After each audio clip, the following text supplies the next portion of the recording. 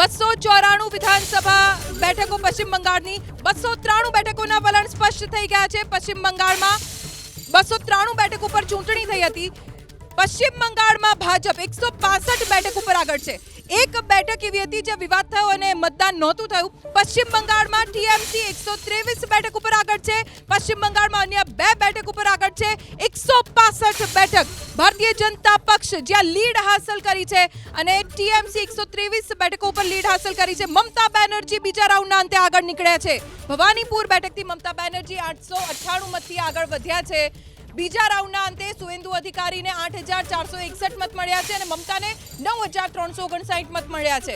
પહેલી વખત કદાચ મમતા બેનર્જી ભવાનીપુર બેઠક ઉપર આગળ નીકળ્યા છે।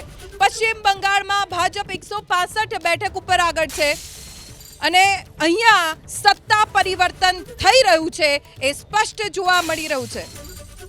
પશ્ચિમ બંગાળમાં ટીએમસીને મોટો ઝટકો છે પણ ભારતીય જનતા પાર્ટી પશ્ચિમ બંગાળમાં કટમનીનો મુદ્દો પણ ઉઠાવ્યો। પશ્ચિમ બંગાળમાં હિન્દુત્વનો પણ મુદ્દો ઉઠ્યો। પશ્ચિમ બંગાળમાં ઝાલમુરી માછલી ખાવાથી લઈને દરેક મુદ્દાને લઈને ભાજપે ફોજ મૂકી દીધી હતી પ્રચારમાં, કંઈ જ કચાશ ન બાકી રાખી। એનું પરિણામ અત્યારે મળી રહ્યું છે।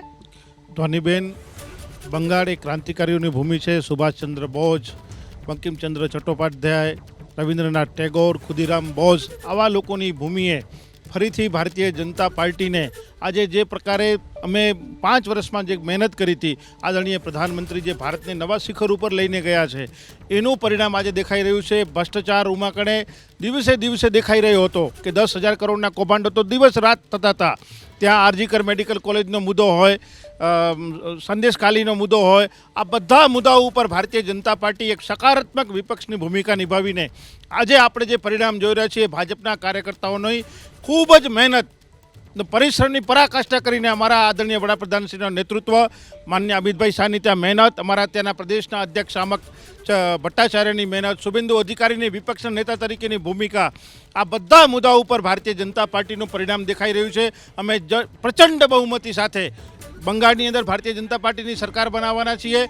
પુંડિચેરીની અંદર પણ અમારું ફરીથી જે પ્રદર્શન છે બીજી વખત સરકાર બનાવી રહ્યા છીએ। અમારા એક બહુ પ્રતિષ્ઠિત નેતા ભારતના કે હિમંતા બિસ્વા શર્મા, એ પણ અમે 2/3 બહુમતી સાથે આસામની અંદર પણ અમે સરકાર બનાવી રહ્યા છીએ।